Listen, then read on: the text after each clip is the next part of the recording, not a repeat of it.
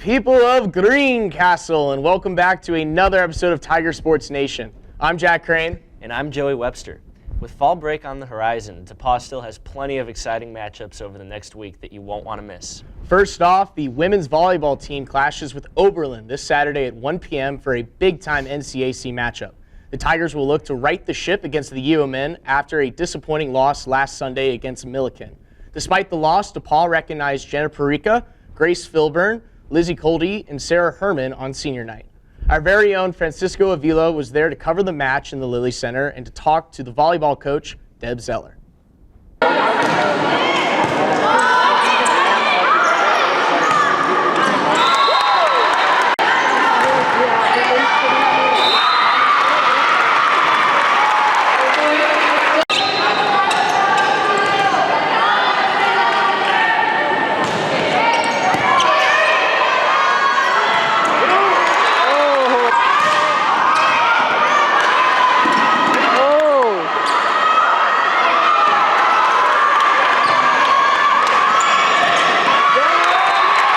Hey TSN fans, my name is Francisco Avila and we're here at Neilside Fieldhouse where the Tigers have sadly lost.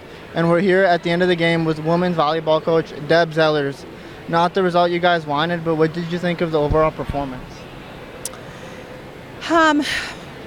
We didn't play well in this match. And I think a lot of it comes down to just confidence and a bit of youth and inexperience in spots and just finding the ability to sustain the good things that we're doing and cutting down our unforced errors.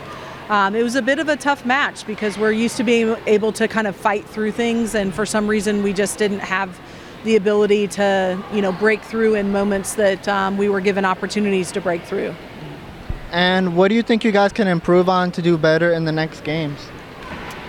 I think we have to continue our connections. This team has been pretty close this year, but I don't know that we saw that in our play on the court. And so each player has sort of their own individual things that they're trying to accomplish, but then so much of the game of volleyball is the in-between plays and the little things that players do that aren't necessarily the finishing of the points. And so we've got to get better at the connections on the court to get the most out of our play. And although we didn't get the win, do you feel like senior night gave everyone the spirit to continue on even though the results weren't coming? Yeah, you always want to win your senior day game, especially because it's, celebrating your seniors and their families and your entire team is such a feel-good moment. And these 4 seniors have meant a lot to our program. And so, it's kind of sad to not be able to celebrate that on the court with a win. But we talked about the fact that, we're so much more than just a win and a loss or a play, and that we really want to kind of put this aside for now. We've got about 80 people who are going to be gathering together to enjoy a meal and to enjoy the 4 seniors and their careers and even just our entire team and the ability to be playing the sport that they love. All right. This is Francisco Avila. Go Tigers. Thank you, Francisco. The volleyball team's game will be played in home confines of Oberlin. The U men come in with a 9-8 record and are 4-2 at home. The Tigers also have a 9-8 record coming into the showdown. DePauw's football team has a huge home game coming up this Saturday at 1 p.m. against Ohio Wesleyan.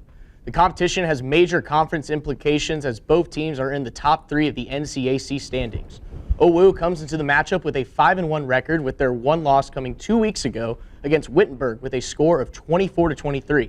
The Tigers also boast a 5-1 record and remain undefeated in conference play after a thriller of a 17-14 comeback win against Wittenberg last week.